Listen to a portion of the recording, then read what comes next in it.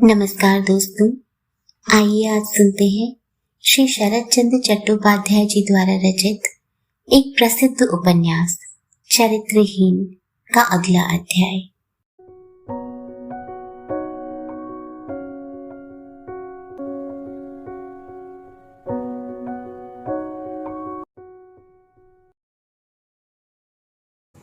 जो पक्की सड़क संथाल परगना के भीतर वैद्यनाथ से दुमका तक गई है, उसी के किनारे वैद्यनाथ से 2 कोस की दूरी पर बगीचों के बीच एक बंगला था। कलकत्ता से चले आने पर सतीश ने पता लगाकर यह मकान किराए पर ले लिया था और उसी में रह रहा था। अपने साथ झगड़कर कुछ निश्चय करने के लिए वह इस निराले स्थान में अज्ञातवास कर रहा था। सतीश ने इन दिनों मांस मछली भी छोड़ दी थी और सात्विक आहार ग्रहण करने लगा था। कहीं से सफ़ेद पत्थर की एक मूर्ति ले आया था, जिसकी दिन में पूजा करता और रात में आरती उतारता था। पृथ्वी पर 2 प्राणियों को उसने सबसे ज़्यादा प्यार किया था। एक थी सावित्री और दूसरे थे उसके उपेन दादा। सावित्री उसे धोखा देकर दुराचारी और विश्वासघातक विपिन को साथ ले न जाने कहाँ चली गई। उपेन दादा बिना कोई सवाल पूछे एक अंधेरी रात में उसे त्याग कर चले गए। अब खड़े होने की एकमात्र जगह रह गई थी किरणमयी के पास, किंतु उस द्वार को भी बंद देख लौट आने लायक साहस अब उसे नहीं हुआ। निर्जनवास के दिन कटते जा रहे थे और शायद कुछ दिन और बीतते, किंतु हठात एक दिन उसमें बाधा पड़ गई। सतीश को घोड़े की टाप की आवाज़ सुनाई दी। चकित हो उसने सिर बढ़ाकर देखा कि एक अच्छा सा घोड़ा साज बाज सहित आंधी के समान उन्मत्त वेग से भागा जा रहा है। सतीश ने पुकार कर कहा, बिहारी, यह किसका घोड़ा छूट कर भागा जा रहा है रे?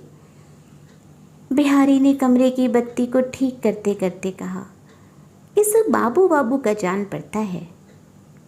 सतीश ने प्रश्न किया, इस तरफ बाबू बाबू और कौन है रे? बिहारी ने कहा, यहाँ ना रहने पर भी देवधर से प्रायः बाबू लोग गाड़ी करके चित्रकूट देखने, तपोवन देखने आया करते हैं। उन्हीं में से किसी का होगा, आंधी के डर से भाग खड़ा हुआ है। ऐसी बात है तब तो उनके लिए बड़ी कठिनाई होगी, कहकर सतीश पुनः आराम कुर्सी पर लेट गया। किंतु उस बात को वह मन से दूर नहीं कर सका। उसके मन में यह बात उठने लगी कि कोई हो, यदि साथ में स्त्रियां हुई तो विपत्ति की बात होगी। इस जगह गाड़ी पालकी तो दूर रही, किसी आदमी की मदद पा लेना भी कठिन है। इसके सिवा संध्या होने में भी देर नहीं है, संभवतः वर्षा भी आएगी। सतीश बैठा न रह सका। एक लाठी बरामदे के कोने से उठा ली और बाहर निकल गया। सड़क पर आकर देखा कि पत्थर की कंकड़ियाँ आंधी के वेग में छर्रे सी शरीर में लगती हैं और सारा रास्ता धूल बालू से अंधेरा हो रहा है।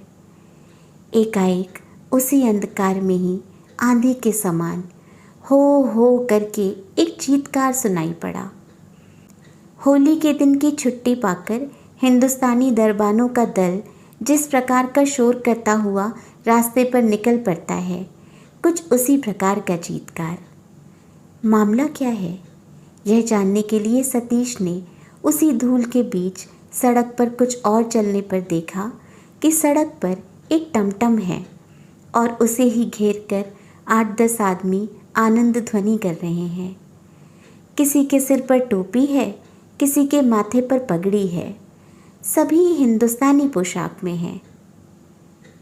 आनंद की क्या बात है, इसका पता लगाने के लिए सतीश और भी कुछ कदम आगे बढ़ गया तो देखा कि टमटम पर हाथ रखे एक लड़की सिर झुकाए बिल्कुल जड़ की भांति खड़ी है और उसे ही लक्ष्य करके लोग जिस भाषा का व्यवहार कर रहे हैं उसे वे ही उच्चारण कर सकते हैं।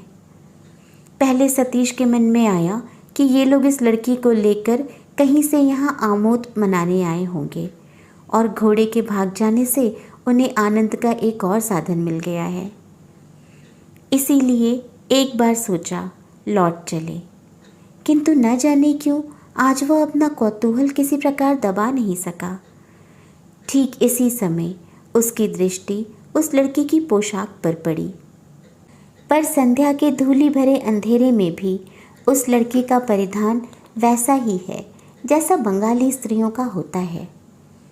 पाँव में जूते हैं और वैसे ही हैं जैसे अंग्रेज रमणियाँ पहनती हैं। अकस्मात लड़की ने उच्च स्वर में पुकार कर कहा, महाशय मुझे बचाइए। बचाइए। मुहूर्त मात्र में सतीश का वैराग्य का नशा दूर हो गया। कामिनी कांचन पूर्णतः हेय है, यह तत्व भूल गया। बाघ की भांति उछलकर वह तुरंत लड़की के पास आ खड़ा हुआ। लड़की ने अभी तक अकेले बहुत यंत्रणाएं सही थीं, इस बार मुंह ढककर बैठ गई और रो पड़ी। सतीश ने व्यग्र कंठ से प्रश्न किया, मामला क्या है? क्या हुआ है? ये लोग मेरा बड़ा अपमान कर रहे हैं। अपमान कर रहे हैं? कौन है ये? मैं नहीं जानती। जानती नहीं? सतीश ने एक साथ ही कितने प्रश्न पूछ लिए। तुम कौन हो? कहाँ से यहाँ आई हो? तुम्हारे साथ के आदमी कहाँ है? गाड़ी किसकी है?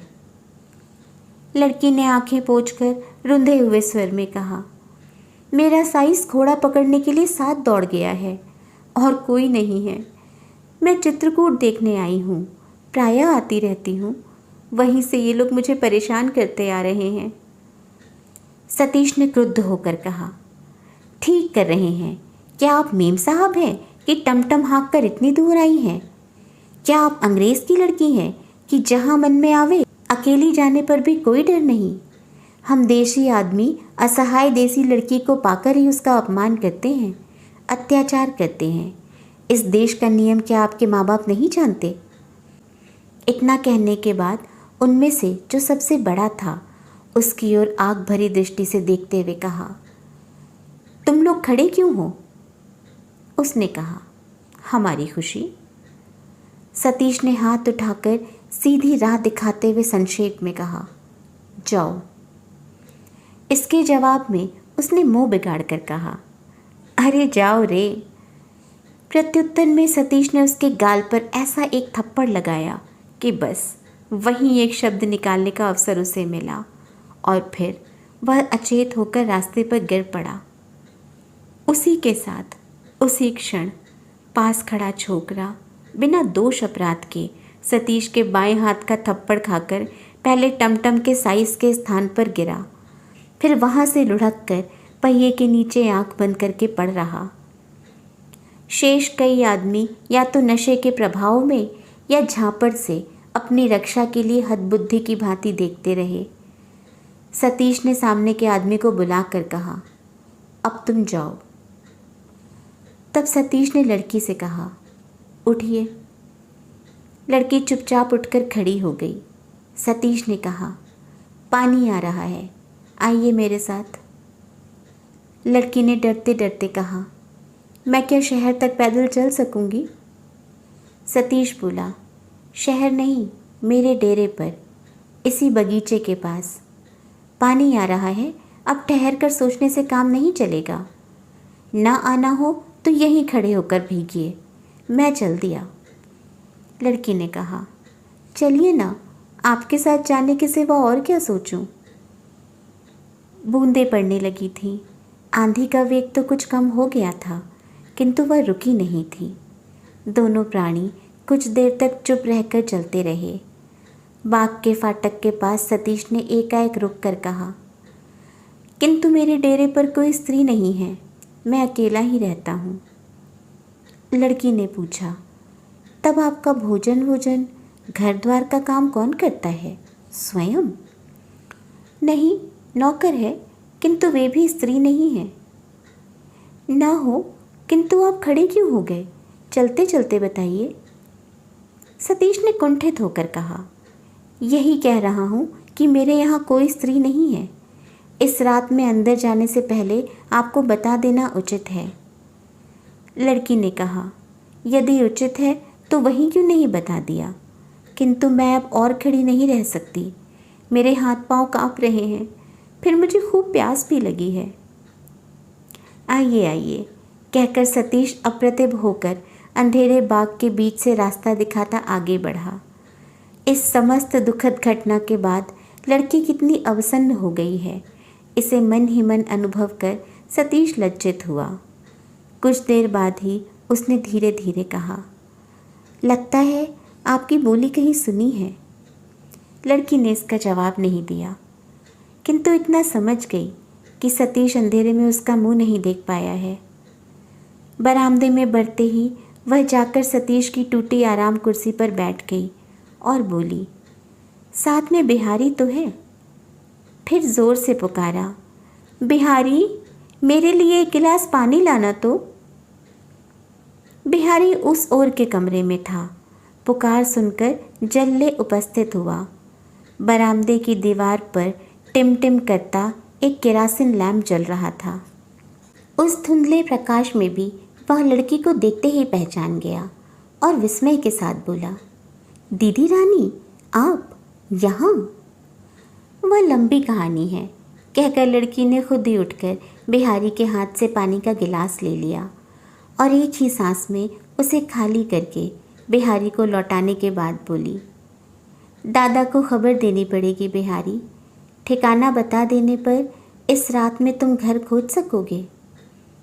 बिहारी ने सिर हिलाकर कहा, नहीं दीदी रानी, मैं तो शहर में कुछ भी नहीं पहचानता। उसे छोड़, मैं ठहरा बूढ़ा आदमी इस आंधी पानी और अंधकार में रास्ता न चल सकूंगा। तब क्या होगा बिहारी? घोड़ा यदि जाकर अस्तबल में खड़ा हो जाएगा तो दादा सोचकर घबरा उठेंगे। किसी उपाय से उन्हें बताना ही होगा कि डर की कोई बात नहीं है, मैं निरापद हूँ। बिहारी ने सोचकर कहा, हमारा महाराज इसी देश का निवासी है, घाट वाट सब जानता है। ज्योतिष साहब का ठिकाना बता देने पर निश्चय ही जा सकेगा। जाकर उसे बुला लाऊं। कहकर रसोई घर की ओर चला गया। अब सतीश ने लड़की को पहचाना। बोला, दादा को एक चिट्ठी लिख दीजिए। लड़की ने कहा, वह तो देनी ही होगी। सतीश बोला, इस तरह लिख देंगी कि बहन को मेम साहब बना देने का भल आज क्या हुआ? साहब आदमी सुनकर शायद खुश ही होंगे। व्यंग्य सुनकर सरोजनी क्रुद्ध हो गई।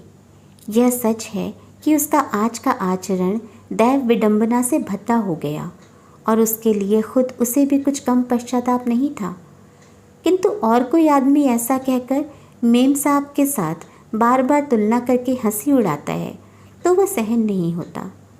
उसने कड़वे स्वर में जवाब दिया, दादा को आप ही लिख दें कि उनकी बहन की किस विपद से आपने अकेले रक्षा की है।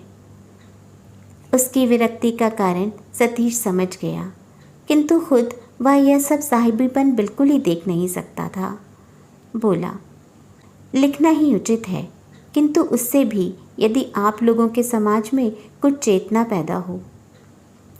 सरोजनी ने कहा, हम लोगों के समाज के प्रति आपकी खूब घृणा है ना? धारणा यही तो है ना कि हम लोग मनुष्य नहीं हैं। सतीश ने कहा, मेरी धारणा जो भी हो, स्वयं आप लोगों की धारणा तो यही है कि आप लोगों के सिवा बंगाल में और आदमी ही नहीं है, यही ना? सरोजनी ने कहा, अंततः हम लोगों में से यह धारणा जिन लोगों की है उन्हें मैं दोष नहीं देती। सतीश ने कहा, यह मैं जानता हूँ, इसी के लिए आज आपको इससे और ज़्यादा दंड मिलना चाहिए था। उस जगह यदि मैं आपको पहचान लेता तो चुपचाप चला आता, बात भी न करता। सरोजनी ने कहा, ज़रा सुनो कि वह दंड क्या होना चाहिए था, अपमान या अत्याचार, बस यही ना? सतीश ने कहा, हाँ वही। सरोजनी ने कहा, इतनी देर बाद मैं समझ पाई हूँ कि क्यों आपने कहा था कि असहाय स्त्रियों का अपमान करना देसी लोगों का स्वभाव है। आपके लिए यही उचित था कि अपने घर लाकर स्वयं ही बाकी अपमान करते। परिचित होने से जो बाधा पड़ी उसी पर इस समय आपका क्रोध है। सरोजनी की बात सुनकर सतीश नाराज़ होने पर भी हंस पड़ा। बोला, ठीक यही बात है, आपका अपमान न कर पाने के कारण मेरा इतना क्रोध है। हमारी बंगाल भाषा में कृतज्ञता नाम की एक चीज़ होती है। आप लोगों के साहब मेम वाले शब्दकोश में शायद वह चीज़ लिखी नहीं। सरोजनी के ओष्ठाधर पर एक दबी हंसी की घटा बिजली की भांति कौंध गई। तब भी उसने क्रोध के स्वर में ही जवाब दिया, किंतु कंठस्वर इतना ज़्यादा बनावटी था कि बड़े बड़े असावधान श्रोताओं को भी उससे ठगा नहीं जा सकता था। सरोजनी ने कहा, ना, नहीं है। ये साहब मेम जितने अकृतज्ञ होते हैं उतने ही पाखंडी भी होते हैं। आपके उनके दल में आए बिना उनकी मुक्ति का कोई उपाय नहीं है। आएंगे उनके दल में? प्रत्युत्तर में सतीश भी हंसी दबाकर न जाने क्या कहने जा रहा था कि इसी समय बिहारी ने हनुमान पांडे को ला उपस्थित किया। सरोजनी ने हाथ का बैग खोलकर 5 रुपए निकाले और उन्हें कुर्सी के हत्थे पर रखकर कहा, पांडे जी, यदि इसी समय शहर में जाकर एक चिट्ठी दे आओ तो यह तुम्हारा इनाम है। इतना कहकर उसने नाम धाम बता दिया। 2 मास पहले हारान की मृत्यु के समय दिवाकर सिर्फ 2-4 दिन के लिए कलकत्ता में रहकर लौट जाने के लिए बाध्य हो गया था। इस बार किरणमयी के तत्वावधान में रहकर कलकत्ते के कॉलेज में बीए की पढ़ाई का निश्चय होने पर अपने नए खरीदे स्टील के ट्रंक में कागज़ पत्र कपड़ा लत्ता भरे हुए वह हारान बाबू के पथरिया घाट वाले घर पर एक दिन शाम के समय आ उपस्थित हुआ। किरणमयी ने उसे कम उम्र वाले छोटे भाई के रूप में ग्रहण किया। कुछ दिन बाद ही चंद्रोदय पत्रिका में विष की छुरी कहानी प्रकाशित हुई। सूर्योदय पत्रिका ने उसकी समालोचना करते हुए लिखा, यह बंगालियों के गौरव सुप्रसिद्ध नवीन लेखक श्रीयुत दिवाकर बंदोपाध्याय की लिखी हुई कहानी प्रेम का एक विशुद्ध चित्र है। इतना लिखने के बाद समालोचक महाशय ने इस विशुद्ध चित्र में क्या क्या है और कैसे कैसे वह उसे पढ़ते पढ़ते आंसू न रोक सके, यह सब बताकर यह आशा प्रकट की थी कि वह ऐसी ही एक कहानी और देखने के लिए उत्सुकतापूर्वक प्रतीक्षा कर रहे हैं। ऐसे आकर्षक साहित्य का मुकुट सिर पर पहनकर दिवाकर एक दिन सुबह गर्व से उज्जवल मुख के साथ रसोई घर में आकर उपस्थित हो गया। उसके हाथ में वही सूर्योदय की प्रति थी। बोला, भाभी, क्या आप बड़ी व्यस्त हैं? किरणमयी भोजन बना रही थी। बोली, नहीं, ज़्यादा व्यस्त तो नहीं हूँ भाई, काम प्रायः खत्म हो चुका है। तुम्हारे हाथ में यह पत्रिका कौन सी है लाला जी? ओह, यह एक मासिक पत्र है, सूर्योदय, नया ही निकलने लगा है, किंतु जो चाहे कहो भाभी, लिखता अच्छा है। किरणमयी सूर्योदय के अस्तित्व तक से अपरिचित थी। आग्रहपूर्वक बोली, सचमुच? यदि ऐसा है तो मैं भी एक बार देखूंगी। अभी देखोगी? नहीं, अभी नहीं, जाकर मेरे बिछौने पर रख दो, दोपहर के समय देखूंगी। दोपहर को खाना पीना कामकाज निपट जाने पर किरणमयी सूर्योदय को लेकर बैठी। इधर उधर देखते देखते ठीक जगह पर निगाह पड़ गई। दिवाकर पास के कमरे में ही था। वह उठकर वहाँ गई और बोली, क्यों लाला जी, विष की छुरी कैसी है? समालोचना देख ली? अब असली कहानी दिखाओ। दिवाकर लज्जायुक्त विनय के साथ बोला, ओह, वह कहानी, वह तो कुछ नहीं है भाभी, जल्दबाजी में लिखी हुई है। किरणमयी ने हंसकर कहा, वैसी ही सही, कहकर खुद ही खोजकर चंद्रोदय पत्रिका बाहर निकाल ली और वहीं एक कुर्सी पर बैठकर उसे पढ़ने लगी। वह चुपचाप पढ़ रही थी, किंतु दिवाकर आशा आकांक्षा की तीव्र उत्तेजना को छिपाकर झूठे ही एक पुस्तक के पन्ने पलटने लगा। थोड़ा पढ़कर किरणमयी ने सहसा मुंह उठाकर कहा, लाला जी, तुम निश्चय ही किसी को प्रेम करते हो, है ना? इस आकस्मिक अपवाद की प्रबल लज्जा से दिवाकर हतबुद्धि हो गया। मुहूर्त भर बाद कुंठित और परेशान होकर प्रतिवाद कर बैठा। मैं? छी, राम राम, कभी नहीं, किसी तरह नहीं। नहीं, लाला जी को कभी बिच्छू ने नहीं काटा? नहीं, कभी नहीं। किरणमयी ने कहा। आश्चर्य, किसी को किसी दिन काटते देखा भी नहीं? नहीं, वह भी नहीं देखा।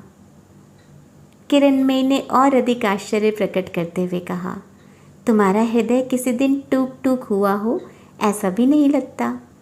किसी दिन प्यार भी नहीं किया, एक छोटे से बिच्छू को भी किसी दिन आंखों से देखा नहीं, यह भी नहीं जानते कि वज्राघात की व्यथा कैसी होती है। तब विरह की ये भयानक सुधि तुमने पाई किस तरह? किरणमयी उसे किस ओर धकेल रही है, दिवाकर क्रमशः उसे समझने लगा था। मुंह लाल करके बोला, क्या वह जाना नहीं जा सकता? किरणमयी बोली, मैं तो जानती नहीं कि कैसे जाना जा सकता है, किंतु यह बात अवश्य ठीक है कि सुनकर या दूसरे की किताबों से चोरी करके लिखा जा सकता है। दिवाकर उत्तेजित हो उठा, बोला, मैंने क्या चोरी की है, क्या यह बता सकती हो? किरणमयी ने हंसकर कहा, वही कहना चाहती हूँ, चोरी तो तुमने निश्चय ही की है, और तुम इतने अंधे हो कि जो चोरी की है उसकी भी खबर तुमको नहीं है। क्रोध न करो लाला जी, किंतु एक बिच्छू या वज्राघात छोड़ तुम्हारे हाथ में दूसरा कोई संबल है नहीं। क्या इतनी ज़रा सी पूंजी लेकर इस समुद्र में नींव डालोगे? उपन्यास लेखन ऐसी छोटी चीज़ नहीं है। फिर भी यदि छलांग मारकर समुद्र में डुबकी लगाना चाहो तो उसके लिए देवता का आशीर्वाद चाहिए। इस तरह नहीं होता। इतना कहकर हंसने लगी। वाक्यों की इस अप्रत्याशित आंधी से दिवाकर स्तंभित हो गया। इतने दिनों से जिसके पास से सिर्फ मीठी बातें और मधुर परिहास ही प्राप्त करता रहा है, उसी की इस प्रताड़ना और नीरस व्यंग का प्रत्युत्तर वह क्या दे, वह समझ नहीं पाया। कुछ देर चुप रहकर धीरे धीरे कहा, तब क्या जितने लोग यह सब लिखते हैं वे सब प्रेम किए होते हैं या विरह की ज्वाला भुगत चुके होते हैं? इस आशा में बैठे रहने से कि कब ज्वाला सहने का मौका मिले, मैं समझता हूँ कि साहित्य चर्चा ही छोड़ देनी होगी। उसका उत्ताप देख किरणमयी हंसते हुए बोली, क्या इसे साहित्य चर्चा कहते हैं? इसे तो अनाधिकार चर्चा कहते हैं। इतना कहते कहते उसके मुंह की हंसी अकस्मात बड़ी कठोर हो उठी और अपनी ही बातों में मानो डुबकी लगाकर और छाती के अंतरतम को मत कर एवं खून में भीग कर भारी एवं लाल हो उठी। उसने मलिन मुख से कहा, मेरी बात तुम समझोगे नहीं लाला जी, और आशीर्वाद देती हूँ कि किसी दिन समझना भी ना पड़े, किंतु मैं तुमसे उम्र में बड़ी हूँ। मेरी बात सुनो लाला जी, जिसे स्वयं न समझ सको उसे दूसरे को समझाने की झूठी चेष्टा ना करो। जिससे पहचानते नहीं उसका परिचय दूसरों को देना नहीं। 5-6 दिनों बाद एक दिन दोपहर को दिवाकर ने किरणमयी के कमरे में प्रवेश कर बड़े आश्चर्य के साथ देखा कि बड़ी तल्लीनता के साथ फर्श पर बैठकर वह हाथ की लिखी मूल संस्कृत रामायण का अध्ययन कर रही है। दिवाकर इसे जानता था कि किरणमयी ने साधारण गृहस्थ घर की स्त्रियों की अपेक्षा अधिक लिखाई पढ़ाई की है और बंगला तथा अंग्रेजी दोनों का अच्छा ज्ञान रखती है। किरणमयी ने हाथ के पन्ने को यथास्थान रखकर मुंह उठाकर कहा, एकाएक इस प्रकार असमय में कैसे? दिवाकर ने सवाल किया। तुम रामायण पर विश्वास करती हो? किरणमयी ने कहा, करती हूँ। दिवाकर ने बहुत विस्मित होकर कहा, किंतु बहुत से लोग नहीं करते। सचमुच इसके अंदर इतनी मिथ्या है, इतना असंभव है, इतना प्रक्षिप्त व्यापार है कि उन बातों को किसी भी तरह स्वीकार नहीं किया जा सकता। किरणमयी ने हंसकर पोथी को हाथ से ठेल दिया और बोली, यह तो मूल ग्रंथ है, ज़रा देखूं तो कि कितनी प्रक्षिप्त बातें बाहर निकालते हो। दिवाकर अप्रतिभ होकर बोला, मैं कैसे बाहर निकालूंगा भाभी, मैं तो संस्कृत जानता नहीं। किरणमयी ने कहा, ज्ञान न होने के कारण ही ऐसी बात चट से तुम्हारे मुंह से निकल गई। विद्या न रहने पर ही अविद्या आकर घेर लेती है। इसी कारण से मनुष्य जो जानता नहीं वही दूसरे को विशेष रूप से जनाना चाहता है। इसी बुरी आदत को छोड़ देना चाहिए। दिवाकर एकदम कुंठित हो गया। यह बात कहने में उसका कोई उद्देश्य नहीं था। उसने समझा था कि धर्म ग्रंथ के प्रति अश्रद्धा प्रकट करने से भाभी खुश होंगी। किरणमयी ने ज़रा हंसकर कहा, लिखना कैसा चल रहा है? दिवाकर ने कहा, मैं तो अब लिखता नहीं। किरणमयी ने बड़े विस्मय का भाव प्रकट करते हुए कहा, लिखते नहीं? कहते क्या हो लाला जी? किंतु जो कुछ लिखा था वह तो बुरा नहीं था। भला बताओ तो छोड़ क्यों दिया? दिवाकर ने कहा, क्यों लज्जित करती हो भाभी? मैंने उसके बाद बहुत विचार कर देखा है कि तुम्हारी बात ही सत्य है। मेरी वह रचना भले दूसरों की चोरी न हो, परंतु अनुकरण तो थी ही। सच बात है कि मैं प्रेम के विषय में क्या जानता हूँ कि ऐसी कहानी लिखने बैठा। इसीलिए मैं अब नहीं लिखता, केवल विचार करता हूँ। विचार करते हो? दिन रात क्या सोचते हो? बताओ तो। मेरे विषय में तो नहीं। दिवाकर ने बात पर कान न देकर कहा, पर देखता हूँ कि उपन्यास लेखन के नशे को भी मैं छोड़ नहीं सकता।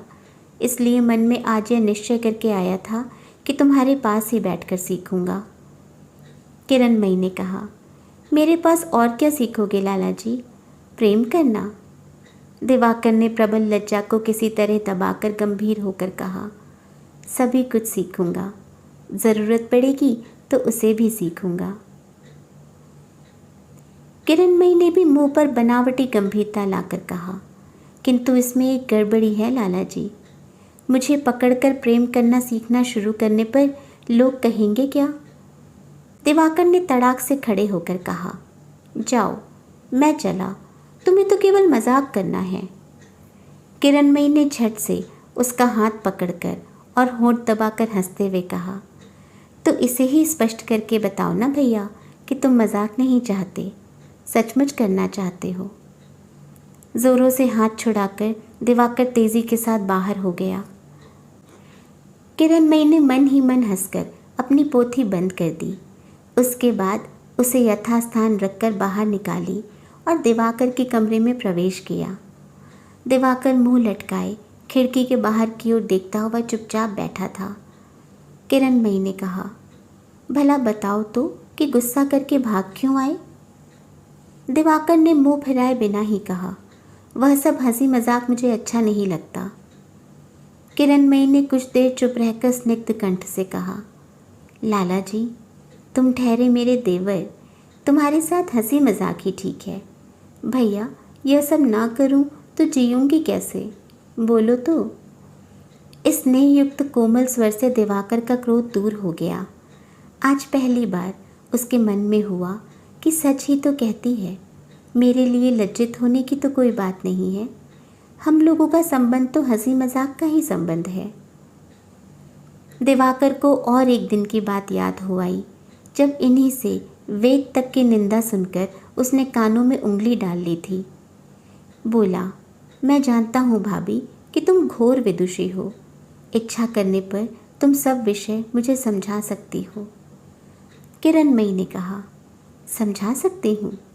अच्छा, तब कहती हूँ कि रमणी का रूप एक भ्रम मात्र है, असल में वह कुछ नहीं है, मरीचिका की तरह मिथ्या है। विश्वास करोगे? किरणमयी ने फिर क्षण भर मौन रहकर कहा, और इतनी सुविधा पर भी रूप का तत्व खोजकर नहीं पा सके।